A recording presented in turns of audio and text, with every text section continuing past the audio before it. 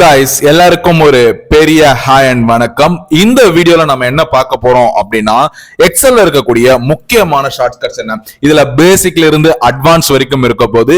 எதுக்காக நான் கோர்ஸோட பிகினிங்ல ஷார்ட்கட் எடுத்துட்டு வந்திருக்கேன் அப்படின்னா, நீங்க கோர்ஸை படிக்க படிக்க ப்ரோ லெவலுக்கு போயிடுவீங்க. அப்படி ப்ரோ லெவலுக்கு போறப்போ சோ முன்னாடியே நம்ம ஷார்ட்கட்டை பழகி இருந்தோம் அப்படின்னா நம்ம ஒவ்வொரு விஷயத்துக்கும் ஆப்ஷன்ஸ் இங்க இருக்கு அங்க இருக்குன்னு தேடுறதுக்கு பதிலா நம்ம ஷார்ட்கட்ஸை யூஸ் பண்ணி ரொம்ப ஈஸியாவே படிக்கலாம். சோ அதனால நம்ம ஷார்ட்கட்ஸை முதல்ல படிச்சுட்டு அதுக்கப்புறம் கண்டென்ட் குள்ள போலாம். இந்த ஷார்ட்கட்ல நம்ம முதல்ல பார்க்க போறது ஒரு blank ஒர்க் புக்கை எப்படி கிரியேட் பண்ணணும். நீங்க நார்மலா ஒரு blank ஒர்க் புக்கை கிரியேட் பண்ணணும் அப்படின்னா நீங்க ஃபைலை கிளிக் பண்ணி நியூ அப்படின்னு கிளிக் பண்ணிட்டு blank ஒர்க் புக் அப்படின்னு கிளிக் பண்ணா மட்டும்தான் ஒரு புது ஒர்க் புக் ஒர்க் ஆகும். ஆனா இந்த இடத்துல நீங்க ஷார்ட்கட்ல எப்படி ஓபன் பண்ணலாம் அப்படின்னா Ctrl+N அப்படின்னு கிளிக் பண்ணீங்கன்னா ஒரு நியூ ஒர்க் புக் வந்து பாத்தீங்கன்னா கிரியேட் ஆயிடும். சோ அப்படி நீங்க நியூ ஒர்க் புக்கை கிரியேட் பண்ணணும் அப்படின்னா இருந்த இடத்துல இருந்து கிரியேட் பண்ணணும் அப்படின்னா Ctrl+N is the better option for you. இப்போ நான் நியூ ஒர்க் புக்கை கிரியேட் பண்ணிட்டேன். ஆனா இந்த ஒர்க் புக்கை நான் இப்ப இங்க இருந்தே க்ளோஸ் பண்ணணும். அதுக்கு நீங்க இந்த இன்டூ மார்க்குக்கு போயிட்டு தான் வந்து பாத்தீங்கன்னா க்ளோஸ் பண்ணணும்ன்ற அவசியம் கிடையாது. நம்ம என்ன பண்ணலாம் அப்படின்னா Ctrl+W அப்படின்ற இந்த பட்டனை கிளிக் பண்ணோம் அப்படின்னா நீங்க எதுவுமே ஒர்க் பண்ணல அப்படின்னா அது டைரக்டாவே க்ளோஸ் ஆயிடும். இன்கேஸ் ஏதாவது ஒர்க் பண்ணிருந்தீங்க அப்படின்னா இப்ப ஃபார் எக்ஸாம்பிள் நான் ஒரு ரோல வந்து பாத்தீங்கன்னா சம் எலமெண்ட்ஸ் வந்து டைப் பண்ணிருக்கேன். இப்போ நான் ஒர்க் பண்ணிருக்கேன், அதனால சேவா இல்ல டோன்ட் சேவான்னு கேட்கும். இப்போதைக்கு எனக்கு தேவையில்லை, அதனால டோன்ட் சேவ். இப்போ நீங்க நார்மலா ஒரு ஒர்க் புக்ல ஒர்க் பண்ணிட்டு இருக்கீங்க அப்படின்னா இதை சேவ் பண்ணணும் அப்படின்னா Ctrl+S சேவ் பண்றதுக்கு இது எல்லாருக்குமே தெரிஞ்சதுதான். இப்போ நீங்க பாத்துட்டு இருக்க ஒர்க் புக் வந்து பாத்தீங்கன்னா ஆல்ரெடி இருக்கு. அதாவது ஒரு டேபிள் வந்து நான் ரெடி பண்ணி வச்சிருக்கேன். இந்த டேபிள் வந்து பாத்தீங்கன்னா ஒரு புது ஃபைல் ஆல்ரெடி சேவ் ஆன ஒரு ஃபைல வந்து பாத்தீங்கன்னா நம்ம ஒரு புது ஃபைல கிரியேட் பண்ணணும் அப்படின்னா F12 அப்படின்ற இந்த பட்டனை பிரஸ் பண்ணீங்க அப்படின்னா ஒரு நியூ ஃபைலா சேவ் ஆகிறதுக்கான பிளேஸுக்கு கொண்டு போகும். இது வந்து நீங்க புதுசா ஒர்க் பண்ண ஒரு ஒர்க் புக்கை சேவ் பண்றது கிடையாது. ஏற்கனவே ஒர்க் பண்ண ஒரு ஒர்க் புக்கை நீங்க இது வரைக்கும் இந்த டேட்டா போதும் அப்படின்னு சொல்லிட்டு சோ சேவ் பண்ணணும்னு ஆசைப்படுவீங்க இல்லையா? சோ அந்த மாதிரியான டைம்ல டைரக்டா F12 நீங்க பிரஸ் பண்ணீங்கன்னா ஆட்டோமேட்டிக்கா ஒர்க் ஆகும். இன்கேஸ் சில பேரோட ஃபங்க்ஷன் கீஸ் வந்து பாத்தீங்கன்னா ஒர்க் ஆகாது. ஏன்னா அவங்களுடைய கீபோர்ட்ல FN அப்படின்ற ஒரு பட்டன் இருக்கும். சோ அந்த பட்டன் இருக்கிறப்போ நம்ம ஃபங்க்ஷன் கீஸை டைரக்டா ஆக்சஸ் பண்ண முடியாது. ஃபங்க்ஷன் கீ பிளஸ் F12 அப்படின்னு கொடுத்தீங்கன்னா நீங்க தாராளமா அந்த ஃபைலை வந்து புதுசா சேவ் பண்ணிக்கலாம். இதுக்கப்புறம் நம்ம பார்க்க போற விஷயங்கள் எல்லாம் ஏற்கனவே கொஞ்சம் பழக்கப்பட்ட விஷயங்களா இருக்கும். அதாவது ஒரு செல்லை கிளிக் பண்ணிட்டு Ctrl+C அப்படின்னு கொடுத்தோம்னா அது காப்பி ஆயிடும். இன்னொரு செல்ல போயிட்டு Ctrl+V அப்படின்னு கொடுத்தனா அது பேஸ்ட் ஆயிடும். இதுவே எனக்கு இதை வந்து நான் ரீடூ பண்ணணும் அன்டூ பண்ணணும் அப்படின்னா Ctrl+Z கொடுத்தேன் அப்படின்னா அதாவது முன்னாடி நடந்த விஷயங்கள் நடக்காம போயிடும். இதுவே நான் Ctrl+Y அப்படின்னு கொடுத்தனா ரீடு, அதாவது நான் முன்னாடி பண்ண விஷயங்களை மறுபடியும் ரீவைண்ட் பண்ணி கேட்கறது. அதாவது ஒரு முறை ஃபார்வர்ட் போகணும் அப்படின்னா Ctrl+Z கொடுங்க, மறுபடியும் அதே திருப்பி பண்ணணும் அப்படின்னா Ctrl+Y கொடுங்க. உங்களுக்கு அன்டு அண்ட் ரீடுவை நீங்க ஈஸியா பண்ணிக்கலாம். நெக்ஸ்ட் நம்ம பார்க்க போற ஷார்ட்கட் வந்து பாத்தீங்கன்னா Ctrl+P. அதாவது நீங்க ஒரு டாக்குமெண்ட்டை ஒர்க் பண்ணிருக்கீங்க, அந்த டாக்குமெண்ட்டை நீங்க டைரக்டா பிரிண்ட் பண்ணணும் அப்படின்னா Ctrl+P கொடுத்தீங்கன்னா அந்த பிரிண்ட் ஆப்ஷன்ஸ்க்கு எடுத்துட்டு போயிடும். சோ இந்த பிரிண்ட் ஆப்ஷன்ல உங்களுக்கு என்ன பிரிண்டர் வேணுமோ அந்த பிரிண்டரை நீங்க செட் பண்ணிக்கலாம். அண்ட் தென் என்ன சைஸ்ல வேணும், ஓரியன்டேஷன் என்ன வேணும், அது லேண்ட்ஸ்கேப்பா போர்ட்ரைட்டா அப்படின்ற மாதிரியான விஷயங்களை நீங்க செட் பண்ணிட்டு நீங்க தாராளமா பிரிண்ட் பண்ணிக்கலாம். ஆக்சுவலா ஒரு செல் இருக்கு, அந்த செல்லை வந்து நீங்க ஃபார்மட் மாத்தணும். அதாவது ஃபார் எக்ஸாம்பிள் இப்ப நான் ஒரு டேட்டை வந்து டைப் படிக்கிறேன். இப்ப 11/6/2025 நான் ரேண்டமா ஒரு டேட்டை கொடுத்திருக்கேன். இந்த டேட்டை நீங்க ஃபார்மட் மாத்தணும், அதாவது எனக்கு இப்படி இருக்கிற ஃபார்மட்டை வேற மாதிரி மாத்தணும் அப்படின்னா Ctrl+1 அதாவது Ctrl+1 நீங்க கொடுத்தீங்கன்னா டேட்டோட ஃபார்மட் நீங்க என்ன மாதிரி சேஞ்ச் பண்ணணுமோ அந்த மாதிரி நீங்க சேஞ்ச் பண்ணி ஓகே கொடுத்தீங்கன்னா அது சேஞ்ச் ஆகிடும். அதாவது நீங்க ஃபார்மட் செல்ஸ்ல போயிட்டு தான், அதாவது ரைட் கிளிக் பண்ணி செல் ஃபார்மட் அப்படின்றத போயிட்டு சோ அதுக்கப்புறம் நீங்க டேட்டா மாத்துறதுக்கு பதிலா நீங்க Ctrl+1 சேர்த்து பிரஸ் பண்ணீங்கன்னா டைரக்டாவே அது ஃபார்மட் செல் அப்படின்ற அந்த ஆப்ஷனுக்கு போயிடும். நீங்க அங்க இருந்து யூஸ் பண்ணிக்கலாம். இதெல்லாம் ரொம்ப முக்கியமான ஷார்ட்கட்ஸ், நீங்க எக்ஸல தெரிஞ்சுக்க வேண்டிய ஒன்று. இப்போ என்கிட்ட ஒரு சின்ன விஷயங்கள் இருக்கு. அதாவது நான் சில டேட்டா கொடுத்து வச்சிருக்கேன். இந்த டேட்டாவை நான் டேபிளா கன்வெர்ட் பண்ணணும். ஆக்சுவலா இது டேபிள் தான், ஆனா நீங்க எக்ஸல்ல ஒரு இன்பில்டான ஒரு டேபிள் ஃபார்மட் இருக்கு. அந்த டேபிள் ஃபார்மட் பண்ணணும் அப்படின்னா அந்த செல்லுக்குள்ள நீங்க எங்கேயாவது கிளிக் பண்ணாலும் சரி, இல்ல அந்த செல்லை மொத்தமா செலக்ட் பண்ணாலும் சரி, அதை செலக்ட் பண்ணிட்டு கண்ட்ரோல் பிளஸ் டி அப்படின்ற அந்த விஷயங்களை கொடுத்தீங்கன்னா சோ எதுல இருந்து வேணும் அப்படின்ற அந்த டேபிளோட லென்த் வந்து கேட்கும். சோ அதை கொடுத்துட்டு சோ என்னோட டேபிள் வந்து ஹெட்டர் இருக்கு அப்படின்னு கொடுத்தீங்கன்னா சோ உங்களுடைய ஃபர்ஸ்ட் ரோ வந்து ஹெட்டரா எடுத்துக்கும். இன்கேஸ் அதை எடுத்து விட்டுட்டோம்னா காலம் 1 காலம் 2 அப்படின்ற மாதிரியான விஷயங்களா வந்துடும். சோ இப்போ நான் இந்த ஃபர்ஸ்ட் ரோ வந்து பாத்தீங்கன்னா ஹெட்டரா வச்சுக்கிட்டு நான் வந்து இப்போ டேபிளா கன்வெர்ட் பண்ண போறேன். கண்ட்ரோல் டி கொடுத்துட்டு மை டேபிள் as headers அப்படிங்கற செக் பாக்ஸை கிளிக் பண்ணிட்டு ஓகே அப்படின்னு கொடுத்தனா சோ இந்த ஃபர்ஸ்ட் லெவல் வந்து பாத்தீங்கன்னா அது டேபிளா கன்வெர்ட் ஆயிக்கும். ஆட்டோமேட்டிக்கா நீங்க அங்க இருந்து ஏதாவது ஃபில்டர் போடணும் அப்படினாலும் நீங்க தாராளமா போட்டுக்கலாம். நம்ம பார்க்க போற அடுத்த ஷார்ட்கட் ஒரு ஃபார்முலாவை நம்ம ரைட் பண்ண போறோம். இந்த ஃபார்முலாவை ரைட் பண்றப்போ அந்த ஃபார்முலாவை நம்ம ஃபுல்லா டைப் பண்ணணும் அப்படின்ற அவசியம் கிடையாது. ஃபார் எக்ஸாம்பிள் நான் ஈக்குவல் டு VLOOKUP அப்படின்ற ஃபங்க்ஷனை நான் போடுறேன். இப்போ நான் VLOOKUP ஃபங்க்ஷனை போடும்போது VLOOKUP அதுக்கு அப்புறம் பிராக்கெட்டை ஓபன் பண்ணணும் அப்படின்ற எந்த ஒரு அவசியமும் கிடையாது.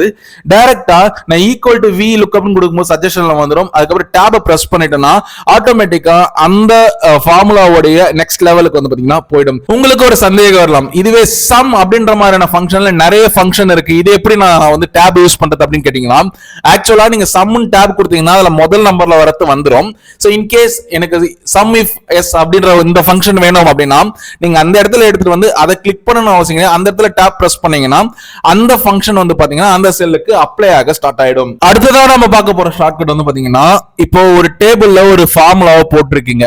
இந்த ஃபார்முலாவை நீங்க டிராக் பண்ணி இழுத்துட்டு வந்தீங்க அப்படின்னா சோ அடுத்தடுத்த டேபிள்ல வந்து பாத்தீங்கன்னா அதாவது ஒரு காலம்ல இருக்கிற அடுத்தடுத்த விஷயங்களுக்கு வந்து அப்ளை ஆகிட்டு வரும். இதுவே வந்து ஒரே ஒரு காலம் மட்டும் தான் போகணும், அதுக்கு வந்து நான் மவுஸை யூஸ் பண்ணி கர்சரை பிரஸ் பண்ணணுமா அப்படின்னு கேட்டீங்கன்னா அது பண்ண தேவையில்லை. சோ இந்த சினாரியோக்கு நம்ம என்ன பண்ணலாம் அப்படின்னா சோ ஒரு டேப் வந்து நம்ம செலக்ட் பண்ணிக்கலாம். அதாவது ஃபார்முலா அப்ளை ஆயிருக்கிற அதுக்கு அடுத்த பாட்டம்ல இருக்கக்கூடிய செல்ல சோ இந்த செல்ல போட்டதுக்கு அப்புறம் கண்ட்ரோல் பிளஸ் அப்போஸ்ட்ரோபி எஸ் அப்படின்ற இதை கொடுத்தோம் அப்படின்னா சோ அதோட ஃபார்முலா ஆட்டோமேட்டிக்கா நெக்ஸ்ட் லெவலுக்கு வந்து பாத்தீங்கன்னா அப்ளை ஆயிக்கும். சோ அதனால வந்து நம்ம டைரக்டா அதை எடுத்துக்கலாம். which means இது வேற எங்கயாவது வச்சு இந்த கண்ட்ரோல் அப்போஸ்ட்ரோபி எஸ் கொடுத்தீங்கன்னா அது வந்து பாத்தீங்கன்னா ஒர்க் ஆக போறது கிடையாது. சோ எந்த செல்லுல நீங்க ஃபார்முலாவை போட்டு வச்சிருக்கீங்களோ அந்த செல்லுக்கு அடுத்த செல்லுல வந்து பாத்தீங்கன்னா அதாவது பாட்டம் ஆஃப் தி செல்ல நீங்க கண்ட்ரோல் பிளஸ் அப்போஸ்ட்ரோபி கொடுத்தீங்கன்னா சோ அந்த ஃபார்முலா வந்து பாத்தீங்கன்னா ஆட்டோமேட்டிக்கா அப்ளை ஆயிக்கும். இப்போ நீங்க எக்ஸல் ஷீட்ல பாத்தீங்கன்னா மேல வந்து ஒரு ரிப்பன் இருக்கும். இந்த ரிப்பன் எதுக்காக இருக்குன்னா நம்ம என்ன ஃபங்க்ஷன் பண்ண போறோமோ அந்த ஃபங்க்ஷனை வந்து என்னெல்லாம் பண்ணலாம் அப்படின்னு சொல்லிட்டு நம்ம கிளிக் பண்ணிட்டு நெக்ஸ்ட் ஒர்க் பண்ற மாதிரி இருக்கும் இன் எக்ஸல் ஷீட்ல. சோ இந்த எக்ஸல் ஷீட்ல இந்த ரிப்பன் வந்து சம்டைம்ஸ் நம்ம பெரிய டேட்டா ஒர்க் பண்ணும்போதோ இல்ல நமக்கு தேவையில்லாத டைம்லயோ நம்ம ஹைட் பண்றதுக்கு என்ன பண்ணுவோம்னா இந்த ரைட் கார்னர்ல எடுத்துட்டு போயிட்டு இதை நம்ம இப்படி அப்பேர் அமைக்கி விட்டோம் அப்படின்னா சோ அதை வந்து நம்ம எடுத்துட்டு பின் பண்ற மாதிரி இருக்கும். சோ இது வந்து பாத்தீங்கன்னா கொஞ்சம் அன்ஈஸியா இருக்கும் நம்ம வந்து அடிக்கடி ஒர்க் பண்ணும்போது. சோ இதுக்கான ஷார்ட்கட் தான் என்னன்னு பாத்தீங்கன்னா கண்ட்ரோல் F1. இந்த கண்ட்ரோல் F1 நீங்க மறுபடியும் பிரஸ் பண்ணீங்கன்னா சோ அந்த ரிப்பன் வந்து பாத்தீங்கன்னா மறுபடியும் வரும். மறுபடியும் நீங்க அழுத்துனீங்கன்னா அது ஹைட் ஆயிக்கும். சோ இந்த ஷார்ட்கட் வந்து பாத்தீங்கன்னா பெரிய பெரிய டேட்டால ஒர்க் பண்ணும்போது நமக்கு ரொம்பவே ஹெல்ப்ஃபுல்லா இருக்கும். ஒரு ஒர்க் புக்ல வந்து பாத்தீங்கன்னா ரைட் லெஃப்ட் அந்த மாதிரி போயிட்டே இருப்போம். சோ இந்த இடத்துல வந்து பாத்தீங்கன்னா நம்ம ஒரு ரோவோடைய கடைசி இடத்துக்கு போகணும் அப்படின்னா control plus right aero press பண்ணீங்கன்னா இருக்கிறதுலே கடைசி இடத்துக்கு போயிடும். சோ இந்த மாதிரி நம்ம நடுவில் ஸ்டெக் ஆயிட்டோம் அப்படின்னா நம்ம ஒர்க் பண்ற இடத்துக்கு வரணும் அப்படின்னா control plus left aero press பண்ணீங்கன்னா அது வந்து பாத்தீங்கன்னா பிளேஸ்க்கு வந்து பாத்தீங்கன்னா வந்துரும். சோ நீங்க தாராளமா இதை யூஸ் பண்ணி லெஃப்ட் ரைட் வந்து பாத்தீங்கன்னா காம்பினேஷனா யூஸ் பண்ணிக்க ஆரம்பிச்சிடலாம். அதே மாதிரி நம்ம ஒரு காலம்ல அப்ல போனோம் அப்படின்னாலும் control plus up arrow and காலம்ல டவுன் வரணும் அப்படின்னா கண்ட்ரோல் பிளஸ் டவுன் ஏரோ வந்தீங்கன்னா மொத்தமா வந்து பாத்தீங்கன்னா வந்துட்டே இருக்கும். அதாவது இது ஃபர்ஸ்ட் டைம் நீங்க பிரஸ் பண்ணும்போது சோ அந்த காலத்துல நம்ம கடைசியா எது வரைக்கும் பிரஸ் பண்ணிருக்கோம் அப்படின்ற அந்த விஷயத்துக்கு வரும். சோ அதுக்கப்புறம் நம்ம ஒர்க் பண்ணிருக்கிற புக்ல கடைசியா இடம் எங்க இருக்கோ அந்த இடத்துக்கு வரும். அதுக்கப்புறம் அந்த ஷீட்டோட கடைசி பேஜுக்கு போயிடும். சோ இதுதான் வந்து பாத்தீங்கன்னா இந்த control up down right left அப்படின்ற இந்த 4 விஷயங்களையும் நம்ம பார்க்கலாம். இப்போ நீங்க எக்ஸல் ஷீட்ல ஒர்க் பண்ணிட்டு இருக்கீங்க, பெரிய பெரிய எக்ஸல் ஷீட்டா ஒர்க் பண்ணிட்டு இருக்கீங்க. அப்படி ஒர்க் பண்ணிட்டு இருக்க சமயத்துல நீங்க எங்க வேணாலும் இருந்து ஒர்க் பண்ணலாம். சோ அப்படி ஒர்க் பண்றப்போ நான் காலத்துக்கு செல்லுக்கு வரணும் அப்படின்னு ஆசைப்பட்டீங்கன்னா சோ நீங்க கீபோர்ட்ல ஹோம் அப்படின்ற டேப் இருக்கும். சோ அந்த ஹோம் பட்டனை நீங்க பிரஸ் பண்ணி பண்ணீங்கன்னா பர்டிகுலர் எக்ஸல் ஷீட்டோட மொதல் டேபுக்கு வந்துடும். அதாவது நீங்க ஒர்க் பண்ணிட்டு இருக்க ரோவுடைய ஃபர்ஸ்ட் லைனுக்கு வந்து பாத்தீங்கன்னா வந்துடும். இதுவே நீங்க ஒர்க் பண்ணிட்டு இருக்க ஃபர்ஸ்ட் காலம் ஃபர்ஸ்ட் செல்லோட இடத்துக்கு வரணும் அப்படின்னா கண்ட்ரோல் ஹோம் கொடுத்தீங்கன்னா அந்த இடத்துக்கு வந்துடும். அதாவது நீங்க ஒரு இடத்துல ஒர்க் பண்ணிட்டு இருக்கீங்க, அந்த இடத்தோட ஃபர்ஸ்ட் காலம்ல இருக்க அந்த ரோக்கு வரணும் அப்படின்னா நீங்க ஹோம் பட்டனை பிரஸ் பண்ணிக்கோங்க. இதுவே அந்த ஃபர்ஸ்ட் காலத்துக்கு வரணும், ஃபர்ஸ்ட் செல்லுக்கு வரணும்னா கண்ட்ரோல் ஹோமை பிரஸ் பண்ணிக்கோங்க. இப்ப நீங்க எல்லாரும் ஒரு செல்ல ஒர்க் பண்ணிட்டு இருப்பீங்க. அப்படி ஒர்க் பண்ணிட்டு இருக்கப்போ நம்ம என்ன பண்ணுவோம் அப்படின்னா டபுள் கிளிக் பண்ணி எடிட் பண்ற மாதிரி இருக்கும். அப்படி டபுள் கிளிக் பண்ணி எடிட் பண்ணோம் அப்படின்னா ஸோ ஃபார்முலாஸ் இருந்தா சேஞ்ச் பண்ற மாதிரி இருக்கும். ஸோ ராவா இருக்கிறத சேஞ்ச் பண்றதுக்கு நமக்கு தெரியணும். ஸோ அதனால நம்ம என்ன பண்ணலாம் அப்படின்னா ஒரு செல்ல கிளிக் பண்ணிட்டு F2 அப்படின்ற இந்த பட்டன் கொடுத்தனா டைரக்டா நம்ம எடிட் பேஜுக்கு நம்ம போயிடலாம். அதாவது எந்த ஒரு செல்ல நீங்க கிளிக் பண்ணாலும் சரி F2 பிரஸ் பண்ணிட்டு நம்ம எடிட் பண்ணோம் அப்படின்னா டைரக்டாவே நம்ம எடிட் பண்ணிக்கலாம். சோ நம்ம வந்து ஒவ்வொன்றுக்கும் டபுள் கிளிக் பண்ணிட்டு தான் எடிட் பண்ணணும் அப்படின்ற அந்த ஒரு அவசியம் இல்ல. சோ இப்போ எடிட் பண்ணிட்டு இருக்க செல்லுல வந்து பாத்தீங்கன்னா நம்ம நெக்ஸ்ட் லைன் போனோம். அதே செல்லுக்குள்ள நமக்கு இன்னொரு லைன் வேணும் அப்படின்னா நீங்க பண்ண வேண்டியது ஆல்ட் பிரஸ் பண்ணிக்கிட்டு என்டர் கொடுத்தீங்க அப்படின்னா அது ஆட்டோமேட்டிக்கா அந்த செல்லுக்குள்ளவே நெக்ஸ்ட் லைன் போய்க்கும். இன்கேஸ் நீங்க அந்த செல்லுக்கு ஃபுல் லைன் கொடுக்கல அப்படின்னா அது வந்து பாத்தீங்கன்னா ஹைட் ஆக கூட சான்சஸ் இருக்கு. சோ அதனால நீங்க அந்த ஆல்ட் என்டரை யூஸ் பண்ணப்போ அந்த செல்லுக்கான கரெக்டான லென்த் வித் நீங்க கொடுக்குறீங்களா அப்படின்றத கரெக்டா பார்த்துக்கிட்டு நீங்க டேட்டா ஷீட்ல ஒர்க் பண்ணிக்கலாம். இப்போ ஒரு செல் இருக்கு, அந்த செல்லுக்குள்ள உங்களுக்கு தேவையான கரண்ட் டேட், அதாவது இன்னைக்கான டேட் வேணும் அப்படின்னா நீங்க கண்ட்ரோல் பிளஸ் செமிகோலன் அப்படின்ற இந்த பட்டனை பிரஸ் பண்ணீங்கன்னா இன்னைக்கு என்ன தேதியோ அந்த தேதி ஆட்டோமேட்டிக்கா வந்துடும். அதாவது உங்க சிஸ்டத்துல நீங்க இன்டர்நெட் கனெக்ட் பண்ணிருந்தீங்கன்னா சோ யூனிவர்சல் டைம் ஓடும். இன்கேஸ் இன்டர்நெட் கனெக்ட் பண்ணல அப்படின்னா சோ அந்த டேட் அண்ட் டைம் சிமாஸ் பேட்டரியை பொறுத்து அது கரெக்டா ஓடுறதுக்கும் தப்பா ஓடுறதுக்கும் சான்சஸ் இருக்கு. ஒருவேளை தப்பா ஓடிட்டு இருந்ததுன்னா அந்த பர்டிகுலர் சிஸ்டத்துல அந்த இடத்துல என்ன டைம் ஓடுதோ சோ அது இந்த இடத்துக்கு வந்து சேரும். விச் மீன்ஸ் லோக்கலா என்ன டேட் இருக்கோ அந்த டேட் வேணும் அப்படின்னா நீங்க கண்ட்ரோல் பிளஸ் செமிகோலனை பிரஸ் பண்ணீங்கன்னா அந்த டேட் வந்துடும். இதுக்காக நீங்க டேட்டை வந்து டைப் பண்ணணும் அப்படின்ற அவசியம் கிடையாது. இதுவும் முக்கியமான ஷார்ட்கட், நீங்க தாராளமா யூஸ் பண்ணிக்கலாம். இதுவே நீங்க கண்ட்ரோல் ஷிஃப்ட் செமிகோலன் அப்படின்ற இந்த பட்டனை பிரஸ் பண்ணீங்கன்னா கரண்டா என்ன டைம் இருக்கோ அந்த டைம் வந்து பாத்தீங்கன்னா உங்களுக்கு டிஸ்ப்ளே ஆக ஆரம்பிச்சிடும்.